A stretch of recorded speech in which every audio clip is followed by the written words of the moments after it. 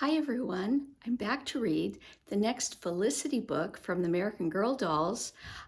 This one is called Happy Birthday Felicity, and this is book 4. And you can see I'm here with Felicity, and she has on her pretty pink birthday dress, and she has on a little apron that's actually called a pinner apron. And I wanted to read to you just a little bit about her apron. It says, when Felicity was growing up, girls wore aprons of washable fabrics to protect their clothing. Some aprons just covered the skirt. Others had bibs attached that pinned onto the bodice of the dress. These aprons were called pinners since they attached to the dress bodice with straight pins. The pinner later became the pinafore, a style that is worn by American girls even today. So she has on her little pinner apron with little straight pins to hold it onto her dress. Okay, now I'm going to go ahead and I'm going to read what this story is about so we can get started. This is what it says. Happy birthday, Felicity, a springtime story. And today is actually first day of spring. And I looked up Felicity's birthday is in 1 month. Her real birthday is April 21st. So anyway, this story, Happy Birthday Felicity, a springtime story. Springtime means that Felicity's birthday is coming. This year, springtime also brings a visit from Grandfather, who has a precious gift for Felicity, a guitar that belonged to her grandmother. Felicity is so enchanted with the guitar that she disobeys her mother by taking it out of the house to show her friend Elizabeth and Elizabeth's sister Annabelle. Her parents and grandfather are angry when they learn what she's done. They refuse to believe that a message Felicity has overheard that means danger for the colonists. Felicity risks more of her parents' anger when she decides she must alert the colonists herself. Okay, so let's get started, and I will turn around and we will start with chapter 1. Happy birthday, Felicity. First off, we will go through the characters so we remember the people in the story. We have Father, Felicity's father, who owns one of the general stores in Williamsburg. There's Mother, Felicity's mother, who takes care of her family with love and pride. Here is Felicity, a spunky, sprightly colonial girl growing up just before the American Revolution in 1774. Here is Nan, Felicity's sweet and sensible sister, who is 6 years old. And here is William, Felicity's 3-year-old brother, who likes mischief and mud puddles. We have Grandfather, Felicity's generous grandfather, who understands what is important. Here is Ben Davidson, a quiet apprentice living with the Merrimans while learning to work in Father's store. Here are the 2 sisters, Elizabeth and Annabelle Cole. They're Felicity's best friends and her snobby older sister, Annabelle. That's her best friend, Elizabeth. Here is Miss Manderley, Felicity's teacher, a gracious gentlewoman. And here is Isaac Wallace, a brave drummer for the militia. Okay, chapter 1 is called Springtime Promises. Felicity opened the kitchen window as high as it would go and leaned toward the sunshine. The wind still had a whisper of winter in it, but the sun shone strong with the promise of springtime, and the sky was a clean, clear blue. It was spring cleaning day at the Merrimans. Felicity was in the kitchen scrubbing the big silver chocolate pot in a tub of sudsy water. Nan and William were helping her. That is, William was supposed to be helping. He was supposed to wash the wooden stirrer that went with the chocolate pot. Instead, William was using the stirrer as if it was a drumstick. He was happily hitting the water to make it splash up out of the tub. Outside the kitchen window, Felicity could see Mother and Rose airing mattresses from all the beds in the household. They leaned the mattresses against the kitchen garden fence to freshen them in the bright spring sunshine. Felicity spoke to her mother through the open window. "Mother," she said, "since Grandfather will be with us for my birthday this year, do you think we might have a little party?" Mrs. Merriman smiled at Felicity. "What sort of party?" she asked. "Well," said Felicity as she thought, "it would be a small party, just our family and Ben. It would be a celebration of us being together and of spring." Felicity talked faster as her ideas poured out. "We could decorate the parlor with flowers. Grandfather loves flowers. I am sure tulips and daffodils will be blooming in my garden by then. We could use my favorite plates and our best chocolate cups. Oh, and we could have a fancy cake on the glass pyramid. And tarts," interrupted Anne. "Tarts and tarts and tarts," added William. "Yes, indeed," agreed Felicity. "Peach, blackberry, and raspberry tarts." Mother laughed. "Lissy," she said, "you are always ahead of yourself. Your thoughts run off and away like wild ponies.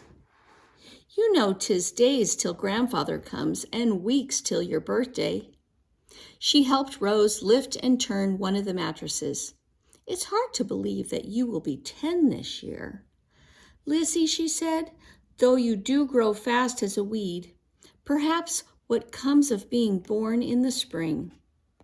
"I like having a birthday in the spring," said Felicity. "Everything is blooming and growing. The whole world is starting new life." "Aye," agreed Mrs. Merriman. "The springtime suits you. You were born sooner than I expected. You couldn't wait to be born and start life new, as you say," she laughed. "You have been impatient and in a hurry ever since. Grandfather will be amazed to see how tall you've grown." "Me too," William said stoutly. "I'm taller too." "Oh, much taller," said Felicity. "We have lots of changes to show Grandfather. He hasn't even met Ben yet." Ben was the apprentice in Mr. Merriman's store. A small frown crossed Mrs. Merriman's face. Felicity realized her mother was afraid that Ben might speak out in front of Grandfather. Ben did not think the colonies should belong to the King of England any more, but Grandfather was a strict loyalist. He would not take kindly to anyone who criticized the king. Felicity looked down at the silver chocolate pot. She gently rubbed it dry. "Do you think Grandfather will be angry that we don't drink tea anymore?" she asked her mother. "To protest the tax that the king has set on tea?" Mr. Merriman had stopped selling the tea in the store, and the Merrimans had stopped drinking tea at home. "Will Grandfather mind drinking hot chocolate instead?" Mrs. Merriman shook off her troubled look. "No one should mind chocolate poured from such a shiny pot," she said cheerfully. "Now take off your wet apron. 'Tis time for you to go to your lessons at Miss Manderly's. Don't forget to stop at the house and fetch your hat. This spring sun will burn your nose quite pink." "Yes, Mother," said Felicity. She unpinned her apron and handed it to her mother. Then she skipped up to the house to tidy herself for lessons. Felicity's best friend Elizabeth was waiting for her at the pasture behind the Wythes' stable. They often met there before lessons to visit the Wythes' mare and her new colt. Elizabeth was standing on the bottom rung of the fence, watching the horses cross across the pasture. When she saw Felicity, Elizabeth smiled. "Oh, good. Here you are, Lissy," she said. Do whistle and make the horses come to us." Felicity whistled. The mare trotted toward her, and the colt followed behind like a little shy shadow. Elizabeth and Felicity pulled up handfuls after handfuls of sweet spring grass and fed it to the horses. Felicity giggled. "The colt's tongue is so wet and rough, it tickles my hand." She wiped her hands on her handkerchief, but they were still rather sticky and quite green from the grass. "I do love to visit those horses," Felicity said later. She and Elizabeth were giving their hands a quick wash at the Wythe's well. "They make me think of my horse Penny. I hope Penny has not forgotten me." Elizabeth's big brown eyes were serious. "Penny has not forgotten you," she said. "You saved her from that mean Jiggy Nye who beat her. You were patient with her. You taught her to trust you. Now you must trust her. Trust that she loves you. Trust that she will come back to you if she can. Someday she will, I'm sure." Felicity smiled at her friend. Elizabeth always spoke straight from her heart. The girls hurried along to their lessons, and when they came into Miss Manderly's sunny parlor, they saw that Elizabeth's sister Annabel was already there, looking very prim. Annabel put on a painted expression when she saw them. She sniffed, and then she held her handkerchief to her nose. Felicity grinned. She supposed that she and Elizabeth must smell a tad horsey after their visit to the pasture. "Good day, young ladies," said Miss Manderly. "Please be seated at the table. I have set up your needlework frames. Work quietly while Annabel has her music lesson." "Yes, Miss Manderly," said Elizabeth and Felicity. They sat at their needlework frames, facing each other across the table. Felicity had finally finished her sampler of stitches at the end of winter. When Miss Manderly said she was ready to move on to the more difficult stitchery, Felicity was very pleased.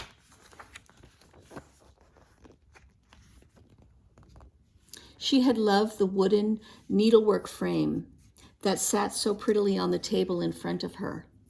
The frame held the linen taut while she made her stitches. A gentle breeze played with the leaves outside the window. They seemed to dance with the soft music that Miss Manderly was strumming on Annabel's guitar. When Miss Manderly began to sing, it seemed to Felicity that the sound filled the room with color and light. Then Miss Manderly handed the guitar to Annabel. "Oh no," Felicity and Elizabeth looked at each other and tried not to groan, for now it was Annabel's turn to play and sing. Horrible sounds filled the room and chased away all the beautiful music. When Annabel played, the guitar sounded whiny, tinny, and twangy, and her singing was even worse. "In spite of all my friends could say, young Colin stole my heart away," warbled Annabel. "Indeed, I wish someone would steal all of her away," Elizabeth whispered. "She sings as if her stays are laced too tight." Felicity laughed softly, but secretly she was envious of Annabel. She wished with all her heart she were old enough to learn to play the guitar. But she knew young ladies did not begin music lessons until they were 12 or 13 years old. Felicity looked at Annabel's guitar out of the corners of her eyes. It made the shiny wood shaped like a half pear with a long, slender neck. Felicity hated to admit it, but Annabel looked grown up and elegant when she held the guitar. Felicity longed to strum the guitar and to touch the luscious satin ribbon Annabel had tied to it. When at last Annabel stopped singing and playing, Felicity went over to her. "Annabel," she asked, "may I hold your guitar?" "Oh, dear me, no," said Annabel. She held the guitar closer to her. "Papa just bought this guitar. It was very costly, and you are far too..." You simply may not touch it. Felicity flushed. Miss Manderley said, I am sure Felicity will be careful, Annabelle. Felicity started to hold out her hands, and Annabelle pulled back as if she'd seen a snake. Gracious me, she exclaimed. Look at your hands. They are green, and they are filthy. Felicity glanced at her hands and then quickly hid them behind her back. They were only the teeniest bit grass-stained. They were not filthy. I beg your pardon, Felicity said in a cold voice. She turned on her heel and stalked back to her chair. Snippy Annabelle. She could keep her precious guitar. Okay, and that is the end of chapter 1, and I will stop it for now.